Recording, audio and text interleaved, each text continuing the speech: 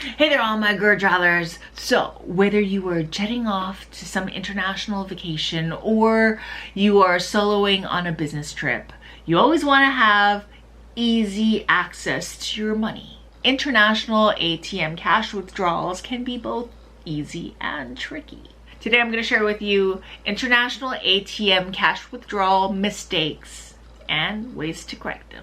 Hi, I'm Christina of GRRRLTRAVELER. I take you inside my solo travel and food adventures so that you can find confidence traveling alone too.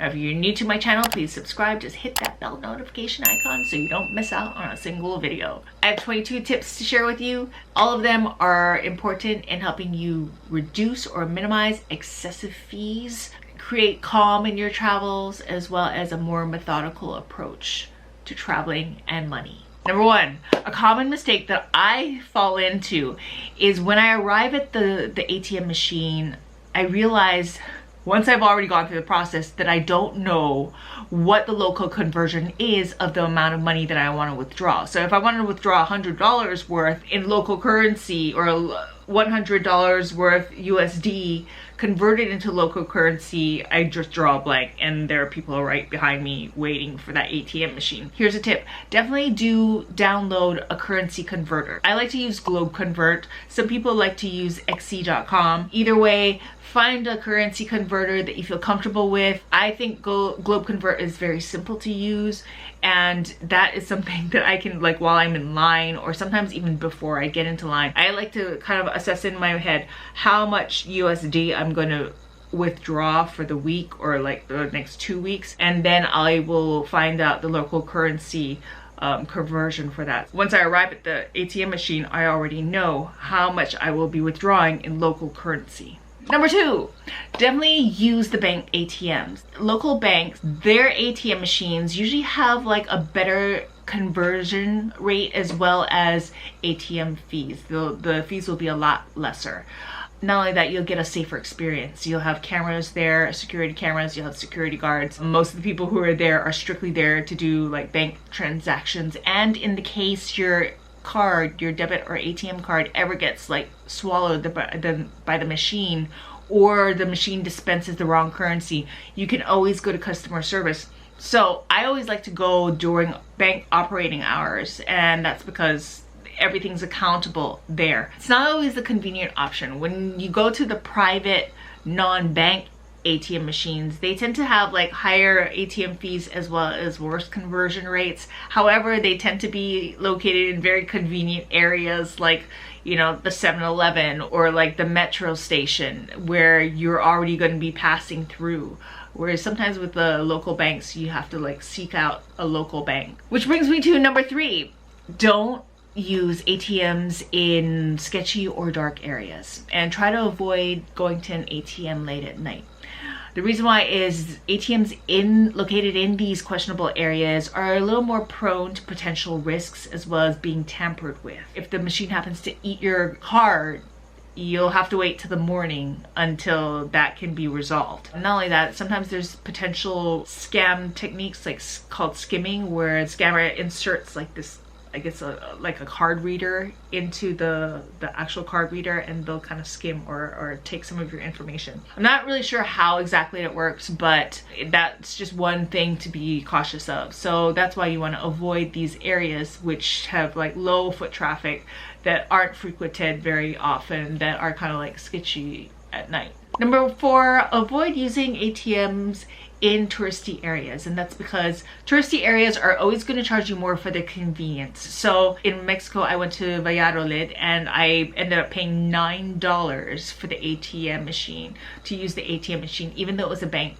ATM, and that was because the bank was like located in the very central area. It was like the heart. It was right across the park, versus like further away where the ATM fees were a lot lower. And this is if you are using a card that is not one that has refundable ATM fees or no ATM fees. When I visited Bangkok in the past, there are times that I would go to the SkyTrain and withdraw there because it's just convenient, right? It's convenient, you're in the process, you need money. I would withdraw there and the ATM fees were like $5, which are like a hefty amount. Not to mention, you don't know what your bank might charge you when you get home that might be an additional fee.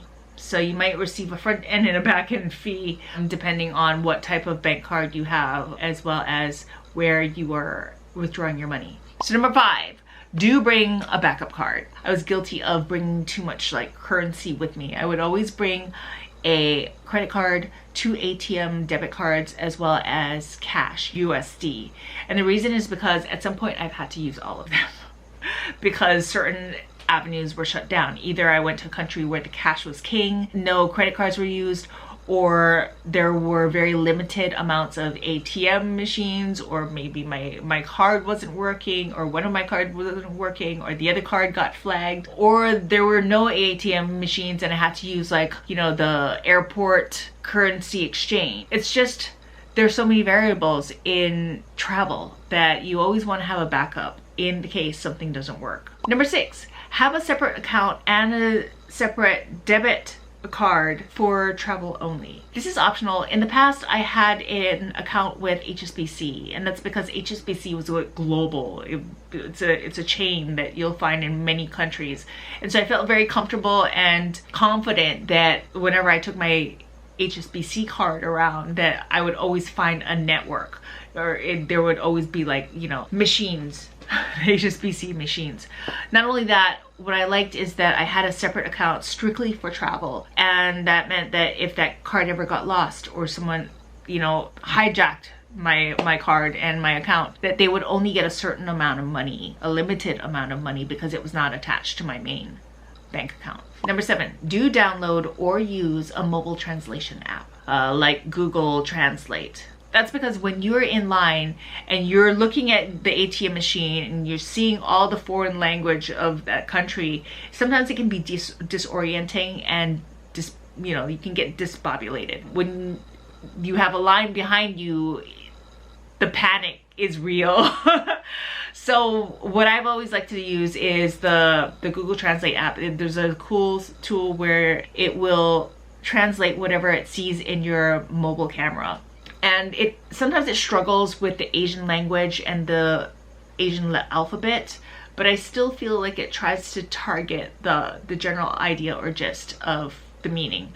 Another tip is that you can always just memorize the ATM process itself. Number 8, use an ATM that is connected to your bank's network. Now, to avoid out-of-network fees, you always want to use banks that are in the network, they're in your bank's network.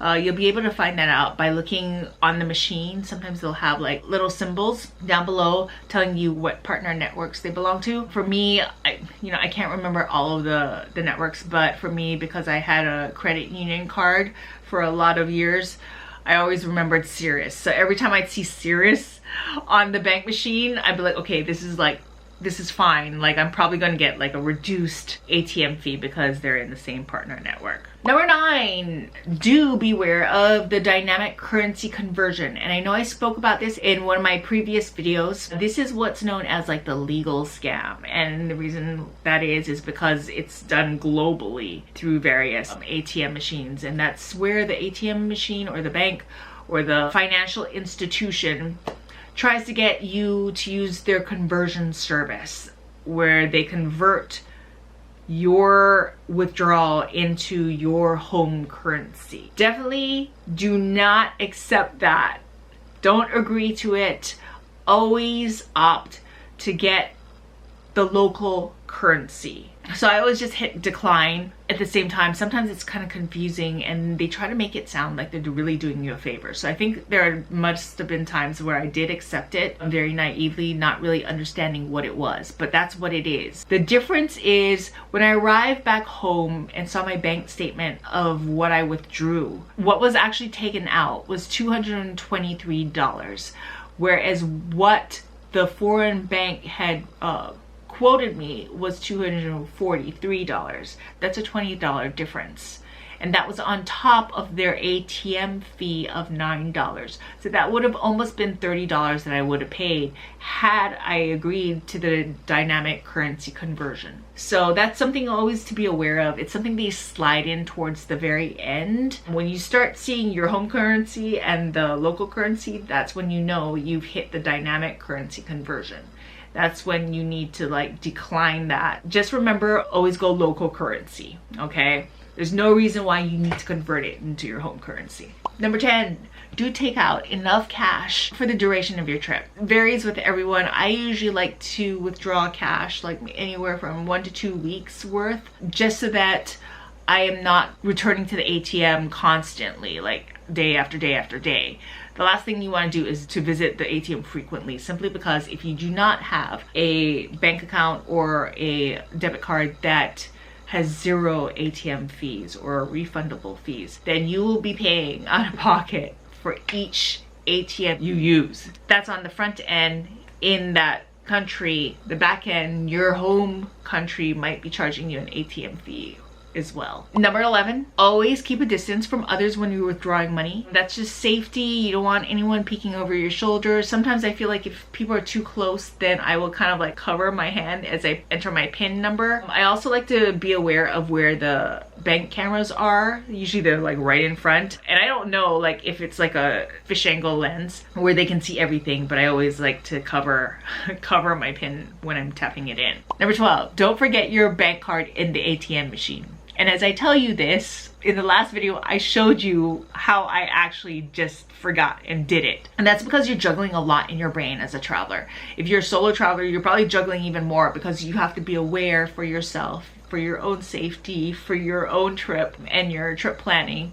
You're responsible for everything. So sometimes it can be overwhelming to be aware of everything, especially when you've got people behind you waiting, or you know you have to be somewhere else. You have to like juggle this money, like where you're gonna put it. It can all be overwhelming. So definitely try your best to remember that you've got your ATM card in the machine. Please take it out. Number 13, don't carry all the cash that you've withdrawn with you while you're sightseeing. Definitely try to take it back to the hotel where you can offload it and you're not carrying so much money on you. If you do that, then I will direct you to number 14, which is do splinter up your money into different stash pockets before you leave the ATM area or the bank area. So what I like to do is I always like to have stash pocket that I put my money into, just so that I'm splitting it up in the case somebody does rob me or pickpocket me or whatever. They've only got one portion of the money that I've withdrawn. And I show you some of my techniques or my areas in one of my previous videos. I will leave that link down below so you can check it out. But 2 places that I really love is my wrist wallet as well as my money belt. Now the wrist wallet is just handy. It's a handy feature.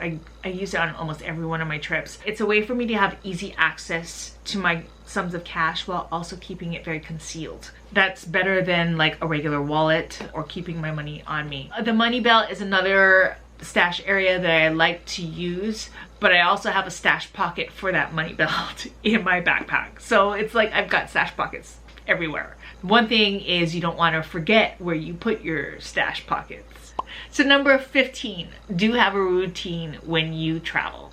Now when you're traveling, there's so many things that you're juggling. Anything from your rental car keys to your room keys to, having to pay your hotel bill. So I always like to have my stash pockets in certain areas. I always know that I will put my debit card in a certain stash pocket. I know when I will resort to certain types of routines given a certain situation, like when I will resort to exchanging a small sum of cash at the airport currency exchange, even though I know that I'm not going to get the best currency or the best conversion rates for that. I know when to resort to the airport ATM, even though I know that I won't get like the best fees or ATM fees or the best conversion rates either. So there are times, like depending on the scenario and the situation, I know what my backup plan is or what my tolerance level is of using certain things, using certain resources if they're not perfect or ideal. And number 16 is try to avoid withdrawing from the airport ATMs. And that is because airport ATMs tend to have the worst conversion rates as well as higher ATM fees, simply because it's an area of convenience and most travelers or many travelers will resort to it simply for convenience. They don't mind paying a little extra to have that convenience of having their cash right there in the case they need to use it immediately. If you are someone who is short on time, you have a short vacation, then you're probably not gonna worry about like the smaller things of paying a little extra for having your cash right up front. If you are on a tighter budget, then you want to try your best to wait till you get to your hotel to find a local ATM. Number 17, do occasionally break these rules that I'm sharing with you. Now, if you are the type of traveler who is, I do not want to stress type of solo traveler, like me, like how I can be at times, then there are times you're going to want to break these rules. And that's because travel has many different variables and situations in which you'll have to be flexible and you won't always be able to follow these rules. So for instance, I travel to a lot of developing countries where cash is king and credit card are not factored into that experience, that travel experience. It will be harder for me to use my credit card unless I'm staying at like a more expensive hotel. There are times where I have arrived at a country, I would say Myanmar, but it might have changed by now, where I arrived and they didn't have ATMs. They had more of a currency exchange type of system, but at the same time, there was a lot of warning about using local exchangers and how they rip you off, and there's the black market and all that stuff. So when I got to Myanmar, I went immediately to the airport currency exchange because I knew that that was likely safer experience, even though I would be paying a little bit more for my currency exchange. Going into the city, it was harder. Although I eventually find ATM machines, they weren't like prolific. It was something that I definitely had to seek out, and that takes extra time. It can cut into your sightseeing time. So if you're someone who has very little time to sightsee a certain area or a city, then that might be something that you're not like, okay, I'm not precious about the little extra fees that I'm paying here because time is more valuable to me. There are times that I arrived into an airport thinking that there would be an airport ATM machine. This is Kolkata. It might have changed by now. They might have an ATM machine, but I remember waiting and going past the currency exchange thinking there's going to be an ATM machine right outside because I don't have any rupees. And this is a cash-based country, you know, where my credit card, there's no use for it. And I went right out of arrivals and I realized there was no ATM machine, and I was like, what do I do now? You know, I needed cash, and I believe, I can't remember what I did. I think I was able to exchange like a small sum of USD cash with me, but it was one of those moments where I was like, oh, I didn't plan on there not being an ATM machine for me to withdraw cash from. So there's always going to be different variables these rules will not apply to. But if you are someone who likes to travel to developing countries as well, then that's where you're going to need to be a little more flexible. Number 18, always keep your transaction receipt. I usually like to hold on to it simply because, and I don't always get one, but I usually try to ask for one if I'm not getting charged extra for asking. Sometimes I've had ATM machines charge me for wanting a receipt. In the case where they're free, I would definitely keep it, just because you never know what will happen if the ATM machine dispenses like the wrong amount of currency or what have you. When you need to go back to customer service and show proof, you will have it. Number 19, I think I mentioned this a little before, but always be aware of either hidden cameras or skimming devices. And the skimming devices are like these card readers that scammers secretly stick inside the card reader itself, and that's able to lift your information or skim your information so that they can use it. When you go to the ATM machine, just make sure that it's not been tampered with. So I always like to make sure that there's nothing in the little card slot. I always like to look at it and kind of like poke around to make sure that there's nothing reading my card. That's another reason why I like to go to the banks. There's going to be less opportunity for people to tamper with that. And yeah, definitely always cover your PIN keys when you're like entering them. Number 20, choose a bank with no ATM fees or one that will refund your ATM fees. I recently, this is a little late in coming, but I signed up for, in the past I've had like a bank from the credit union that I thought was pretty good, but then recently I signed up for a Charles Schwab account, and they're primarily known for investing and trading and stocks and stuff like that. They offer you a checking and brokerage account where the fees are substantially lower to none. They're known to be like a great traveler's card because they don't have any ATM fees. They will refund those fees to you after they are charged. Also, if you are a digital nomad or an expat who's working abroad, then you'll be happy to know that wire transfers are like $15. If you're doing bank-to-bank transfers, then that's like $0. So these are like important things. I know when I was living in Korea, a lot of the expats had a Charles Schwab account. Well, not a lot, but a few of the expats had a Charles Schwab account, which made transferring their funds or their income, their salary from whatever they made in Korea, they could transfer it back to the US with like, you know, low fees, either low to no fees. That's a huge thing. Definitely look into it because it minimizes a lot of the fees and it makes it a whole lot easier for you as a traveler. So number 21, notify your bank. This probably should have been at the very beginning, but the reason why I'm telling you this is obviously it's very important. Your bank could always flag you while you're traveling, and that kind of freezes your account for a while, and it creates this very uncomfortable kind of tension of how am I going to get cash. But in the past, my bank used to flag me continuously, even when I gave them updates that I was traveling, and I let them know in advance. Say I was traveling in Greece, but I just purchased a flight to Turkey via Turkish Airlines, which was headquartered in Turkey. They would see this transaction happen in Turkey and say, oh, this is happening somewhere else outside of Greece and outside of the US. It's helpful to build a relationship with your bank. Number 22 is download your banking app just so that you can update your travel notifications as well as put alerts on your card expenditures. So whenever your card is purchasing something, you will be notified of it. What I used to love about my Capital One card was that I would put like $100 minimum on my notifications. So every time like something got charged and it was over $100, I'd be like, oh, you know, where's that coming from? They were really good about letting me know. With my newer banks, I need to find out how to use that like notifications because I find that very handy. You definitely want to be abreast of whenever you're using a card and whenever someone else is using your card. Drop some comments down below to let me know what you think about this video as well as what you would recommend to others, what I might have missed. Also, if there's anything else you want me to share in an upcoming video, let me know. I am taking questions and queries right now. Okay, so check out my description box for more tools and resources as well as my blog post on this, and I will see you in the next video.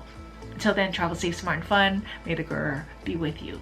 It's through resourcefulness and viewers like you who keep my channel going. So if you love what I do and want to see me continue creating solo travel videos, support me on Patreon. Travel safe, smart, and fun, and may the grr be with you.